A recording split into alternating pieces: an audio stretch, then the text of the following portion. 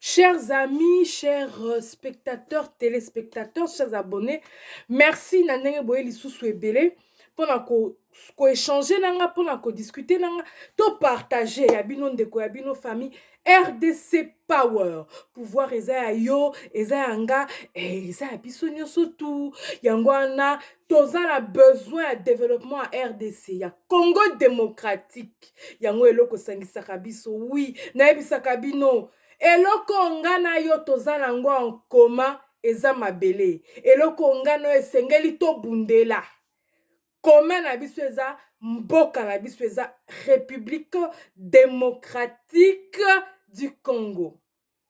Na elisu lelo to sangana to échanger par rapport à pandémie oyo ezo sévir pandémie oyo maladie ezo ponate.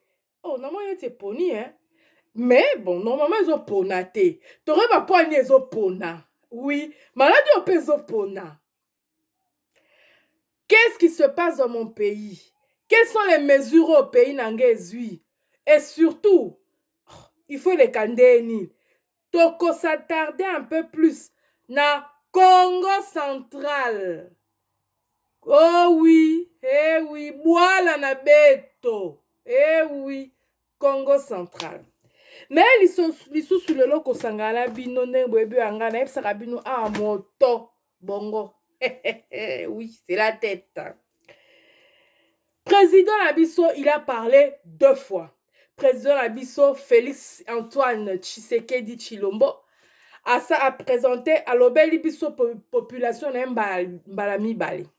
Aeko réveiller biso nanu par rapport à pandémie ou maladie oyo coronavirus bandeko nanga eza malade eza solo eza malade ezo boma eza malade pe ba misu ba obika parce qu'on doit parler de ceux qui guérissent aussi.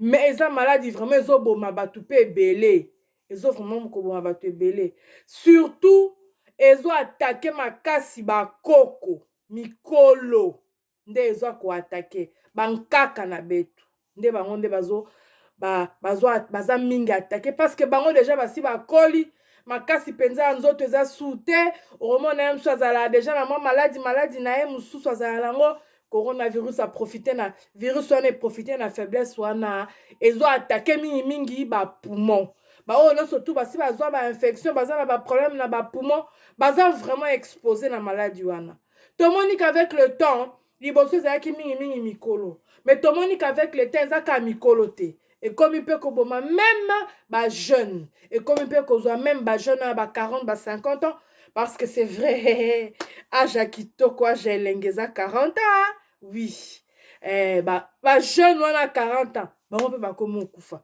na maladie angwana donc tomoni que au fond ezo ponate ezo attaquer pe bana mike ça attaque aussi les enfants mais surtout chez les enfants.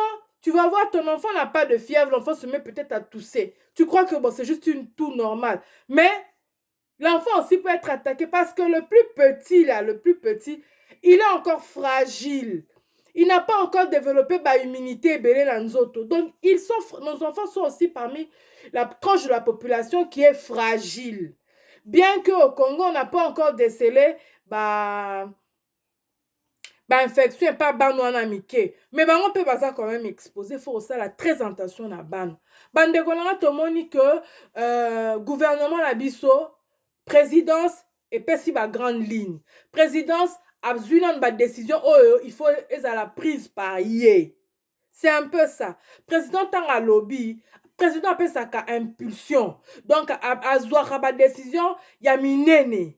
Bino sikoyo na ba bourgmestre na ba gouverneur na ba ministre donc premier ministre kuna nde sika ba décision na ba détail nde kozwama par rapport tanga lobby bakanga ba frontière yo siko ministre ya intérieur okoyeba ndenge nini osala pour que baordre nini opesa pour que bakanga bafrontière ntango alobeli likambo ya badisposition bakanga baekole na bauniversité bacentre de formation et tout yo ministre ya enseignement primaire secondaire ministre ya professionnel ministre ya université bango wana nde bakozwa sikoyo badisposition par rapport à mutu na secteur na ye ntango bokangi baekole bana baofanda bongo bazosuna bacour te disposition nini bozwi pour que bana bacontinue kotanga tomoni na mikili misusu oyo eza plus développé basali bacours par correspondance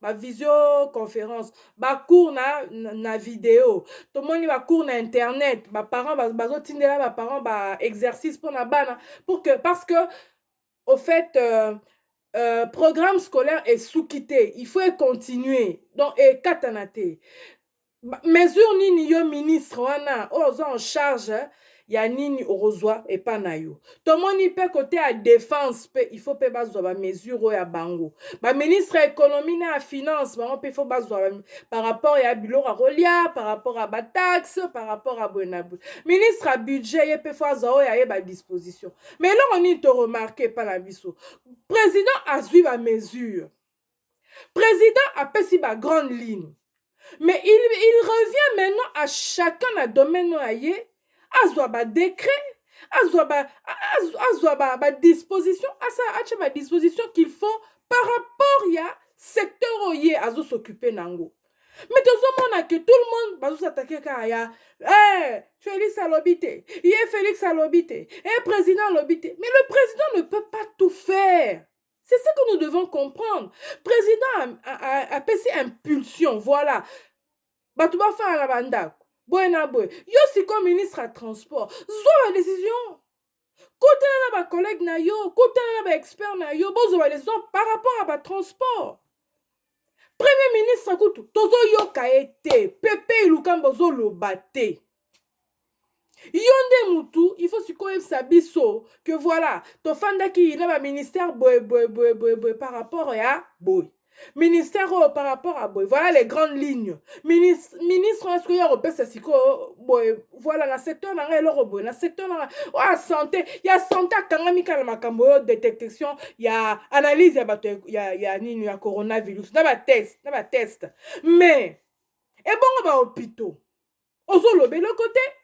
Moi, j'étais étonnée dans mon ministre en pleine émission. Oyebi nombre te appareil respiratoire na yo. Oya ko sa nini?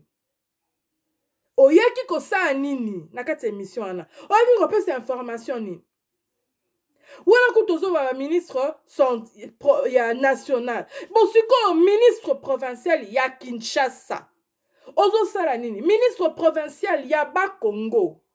Musala na eza nini? Bozo sala nini? Ba mesure nini bozo zwa? Bozo communiquer ndenge nini? Non. Botiki nyonso la gouvernement central. Et bon bino la gouvernement provincial. Misala bino eza nini? Ministre à transport na kati ya Kinshasa. Yo na bolobi na kati ya bus Transco 20 personnes na Kamwe. Franchement, nombre de personnes na ba bus na moni onka na kati ya Kinshasa. Ata biso na ba mikilo ya ba préciser na ba onte no na kati ba transport ba préciser te bien sûr biso basi ba che likambo ya confinement sokoza elora osa libanda te robimate mais ba che te nombre ya batu na kati ba bus parce que bon c'était bato ba na métro ba ozonga na bandako ba uti misala que voilà ba no compter ba nombre ya batu na kati ba rama métro non bande konangai tous à la quand même tous à la quand même na bon sens yo oyebisa bato à transco ezora bato 70 na kati ya bus oyebisi bango non lokwa na bus faut pas tous à la confiner bozwa ka 20 personnes papa na ngai zala pe moto 20 personnes na kati ya bus transco vraiment c'est que vous oubliez na kati ya bus Tokoyi qu'on fait l'un à côté de l'autre, sans parler. Il n'y a pas contamination. Na katia bus, je dis bien. On a comme l'impression que rien que la respiration, yon tapembe nanga ozwa malade. Non. Na katia bus, quand on se tait, tozo le belo te, biso stofani kato ke liboso. Non, contaminer moninga nangate. Non. Na kati ya bus tofandi chacun mutu na mutu so na poto tozomona so okutani 50 na kati ya bus bomata te bazomata les gens montent mais seulement les gens ne sont pas en train de parler si tu as envie de parler kamata masque na yo tcha et mets-toi à parler tant que tu n'as pas ton masque tu ne parles pas tu te tais. Parce que tu risques soit, peut-être tu es porteur ça, tu vas contaminer ton frère à côté, ou bien le frère à côté, quand il va parler, il va te répondre, il va te contaminer. Il aurait fallu, la ministre à transport à Kinshasa, na kata ville province à Kinshasa, peut-être trop pekisa, que na taxi, par exemple, na bus ou na transport, bateau ba telema kawana. D'accord. Mais on connaît ça, que transport n'a 20 personnes. Donc, ceux qui transportent du bateau na Kingasani, bakoki ka 20. Bango na soba ke marché, ti marché. Au moins, te kona siko roluka, c'est que transport ou bien ba transport, ba aussi prix. Prix à bien transport et komata. Parce que nombre à bateau est kiti. Faudrait que, bon, ça quand même vraiment, cellule vraiment, cellule de travail. Il y a qu'à raisonner.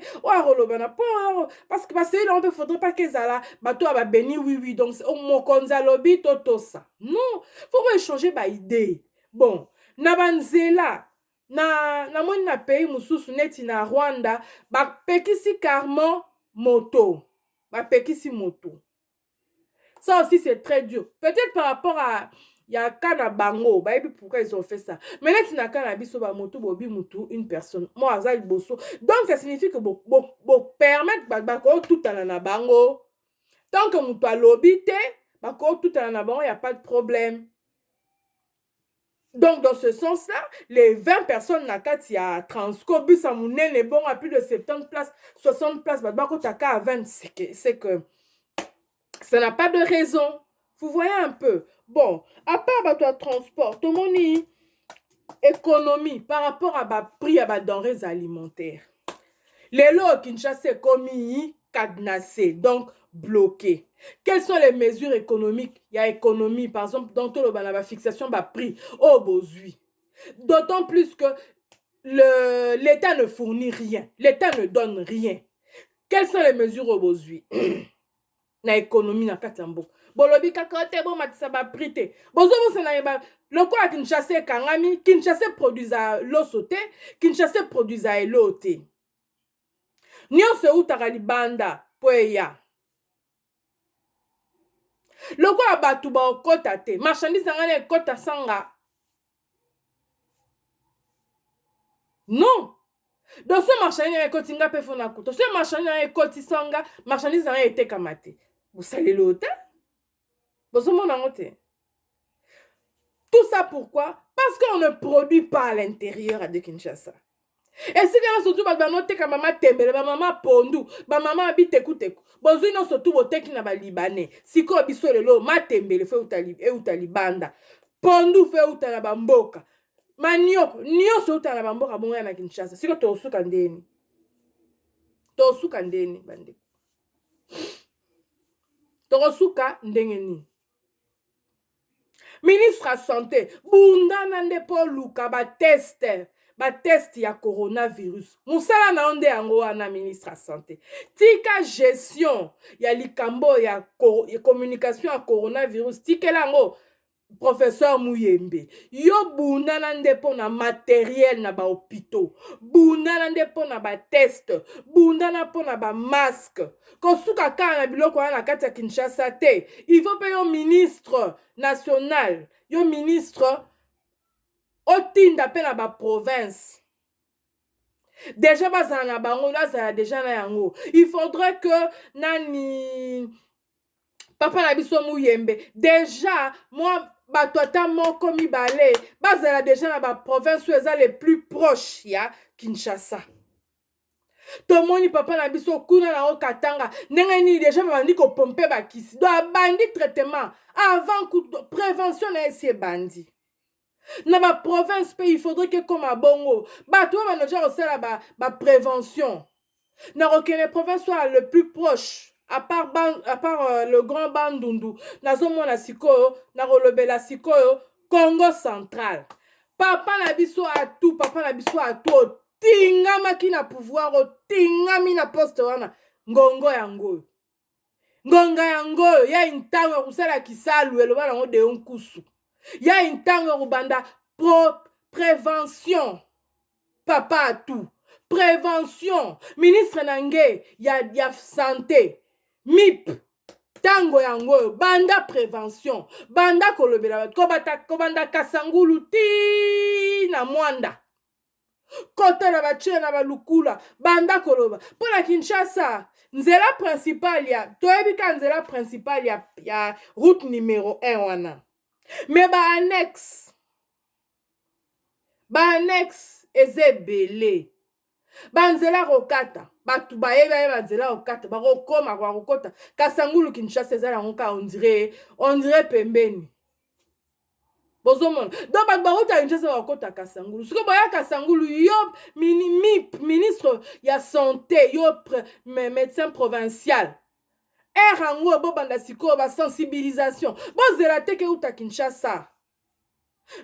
Gouverneur ya okatanga la kisi déjà ba gouverneur nyonso ke photo banda prévention to zela te bo zela ke président le kasous allo RDC commencer la prévention. Non, assez à lobby tant à beleli que état grave tant à lobby que ça sanitaire. C'est pour toute la RDC. C'est ça qu'après la RDC, mais c'est pour toute la RDC. Congo central, n'a pas insisté. Congo central, et c'est que Minito, bon, banda déjà sensibilisation. Bi, yo, MIP, médecin provincial, ministre à santé, na Katia, Congo central. Mais banda prévention, kolukate o zelake, baby sayo, que non, kamoko. Bon, ça, on peut la place à retester. Pour inerbe kandem ta sala test RDC mobimba. Kana inerbe na Kinshasa. Alors, et là comme là insoutenable. Balobelo makamba mers, balobelo sous makamba santé gouverneur. Balobelo sous makamba santé. Ah non. Ngonga yango gouverneur a tout. Mobiliser pour la sensibilisation. Bande konanga. Cette maladie là tue, c'est vrai. Cette maladie-là tue, c'est vrai. Nous prions, nous tous, oui, mais cela n'exclut pas l'organisation nationale. Cela n'explique pas la sensibilisation. La preuve est que nous prions pour ne pas tomber malade. Nous prions pour ceci, pour cela. Mais quand tu te comportes mal, tu tombes malade. Quand tu n'es pas attentif à ce que tu fais, le malheur t'atteindra. Alors, pour malheur atteindre, non seulement tu pries, mais aussi tu suis la sensibilisation. Tu laves les mains à tout moment équipé, tu laves les mains. Ce qu'on a un produit hydroalcoolique, tu laves les mains avec du savon. C'est important. Tu m'emportes les masques quand tu es malade. Ici, en tout cas, c'est quand on est malade qu'on porte les masques. Et Seigneur, tu ça, tu sensibiliser, tu sensibiliser, tu zelaka te président de la République, les kassou, soupa, bon, prie, ma province proche de Kinshasa, bon, banda. Non. Déjà banda, déjà gouverneur, lancez élan à sensibilisation, lancez élan à papa à tout ngonga, lancez déjà ninuana. Vraiment, on ne connaît qui peut nous colobel un peu, ango, tout le bâté que président a lobby te pour la biso batoba yabanda. Président a lobby. Siko. Ministère, ça peut moussala. Ministère et accompagné président. Bino besoin un président peut faire loba. Oh non, couvre-feu. Tout le monde en France. Couvre-feu est à Nice. Président à lobby. Mais il y a mon corps. Mère, à mon non, pas protéger la population. Dans autres couvre-feu. Mais le président n'en a pas parlé. D'autant plus que tout ça est en état d'urgence. Donc, il faut prendre ma mesure. Il faut chaque autorité peut avoir ma mesure. Pas ces accords parce que tout nion surtout. Dans ce moment, j'ai l'impression que ministère nion surtout. Fandi na bango ba hôtel la président. Non. baotelaka et on eza makambo santé. Non, non, non, non. Ministre économie avec te bon surveiller ba prix, bon matisse ba prix. Mais qu'est-ce que tu appliques? Qu'est-ce que tu vas faire à ceux qui vont ajouter les prix? Il faut quand même une sanction. Il faut bon tu sanction pour la bateau transport. Bon tu bon tala bambon ebele bele attaque tout bazala ozana pour ça qu'on rançonner bateau. Attaque tout oza sous la place mso okot c'est lambon te bozu occasion okot c'est lambon kuna.